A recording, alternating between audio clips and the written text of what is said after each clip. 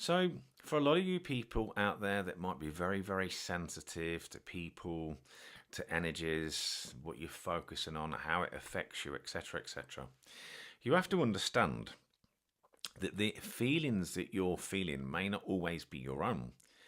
Sometimes those feelings that you're feeling, they could be somebody else's. You could be picking up on their energies. You could be feeling their anxiety, feeling their worry, feeling their uncertainty. The other question that you've got to ask is, if you're not feeling someone's living person's energy, are you feeling somebody's energy on the other side? For myself, on my spiritual journey, I felt this so many times, and it was hard to distinguish what was mine and what was somebody else's.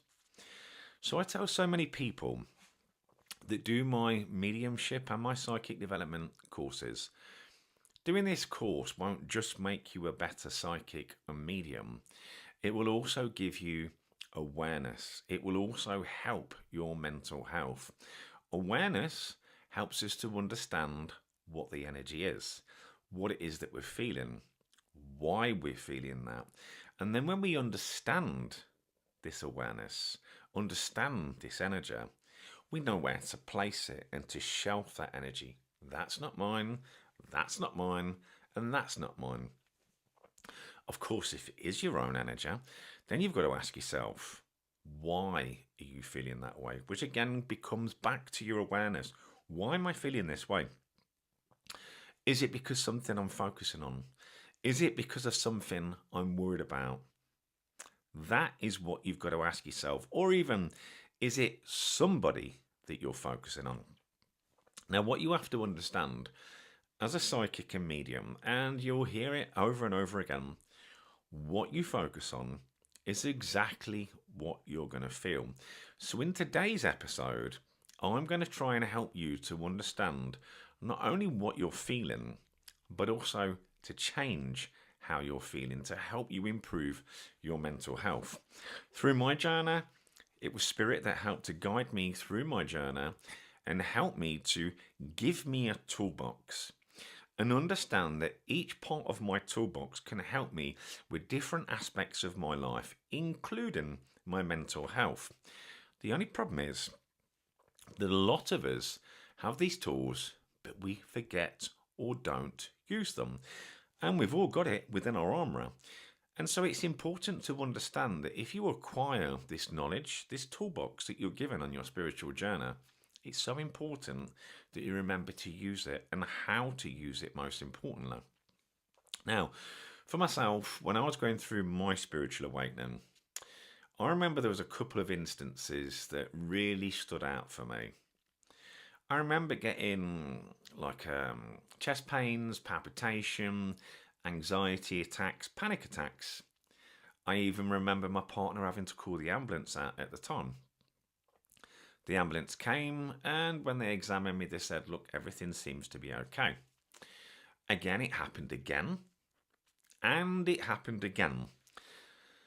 Then when I started to understand the way that the spirit world worked, it helped me to also understand what was happening to me. Now, it might not be the same for you, so just bear that in mind. But what was happening to me was I was having these spirits coming through. And because I was clairsentient as well, so to feel, I was feeling what they was trying to tell me.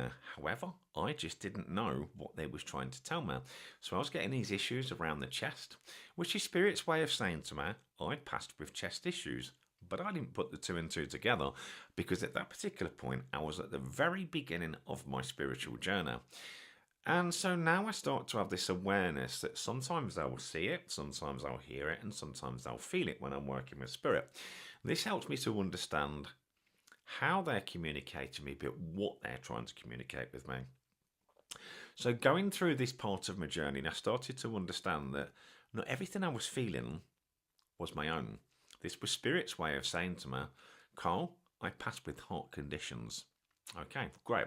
So I started to have this awareness then of sometimes the things that I was feeling wasn't always my own. I'm not saying it's the case for everyone, but for me, that was the case in these instances. Now, there was other times as well when I was a lot younger, and I remember going to work, particularly when it was like a first day, first week job interview, things like that. I remember feeling ill and ringing into the job and saying, I don't feel very well today. I can't come in today. My signs and symptoms at the time was sickness or feeling sick and an upset stomach. So I remember calling in saying that I wasn't able to make it. But at that particular time, I didn't know there was a word for it, which was called anxiety. I just knew that I felt queasy, I felt sick, I had an upset stomach, it didn't feel right. And then a couple of hours after ringing in to work, all of a sudden, because I'd been off work for so long, all this energy had settled within inside me. So I started to understand what actually was happening to me was all this worry I had about this job or this job interview or this situation was anxiety. And I just didn't know what it was called. So at this particular time, it was new to me on my journey. I was assuming I was sick, and then later on I was thinking, actually, I feel all right. What's cracking off here? So I started to understand that it was because of all the things that I was focusing on, the worry, the uncertainty, the doubt. What if this? What if that? What if it don't go well? What if I don't fit in? All of these other feelings start to creep in. So I started to understand myself a little bit more on a deeper level. Yes, I was feeling these things from spirit. Yes, I was also feeling these other things like anxiety and things like that. So I started to understand my body a lot more, what I was feeling, why I was feeling it, and also how I could start to change that. Now, if you're on this spiritual journey right now, and you probably may suffer with anxiety yourself, there's great ways that you can start to overcome this. One of the ways that I learned was to count backwards inside my head from 200. By counting backwards from 200, because you had to focus because you're going backwards rather than forwards, it wasn't as easy as going forwards, which meant that there was a distraction and my focus became on the numbers rather than how I was feeling. So this started to help me to settle down. Another way of overcoming this too was also starting to take in nice, deep breaths and just starting to slow things down in the body. Inhale and hold and exhale, and just repeat this until I start to feel much, much calmer all throughout the body. So these was a couple of the ways that I started to learn to deal with that. Now, as a psychic and as a medium, we feel so many things on a daily basis. I could be reading for someone and I could be picking up on all of the things that's going on around their life right now and seeing them too. So as I start to see them, I start to feel all this energy inside. And then I start to feel their uncertainty, their anxiety, their worry, sometimes even their traumas that I'm feeling. So I have to have an awareness of what I'm feeling, what I'm channeling, how I give that to the person. Also, as I'm reading for that person, am I also picking up on their anxiety too? So not just, again, what I'm channeling, but am I picking up on the reader's anxiety too? So also starting to understand where that energy is and where to place that energy. And to understand to not absorb. As I always say, it's not mine to own, okay? So it's not. Now, what I've noticed throughout doing this podcast in particular, there's so many people that are struggling with mental health. And I mean so many. And I've met so many that I've read for, and I've come across so many online, no matter what platform it's on.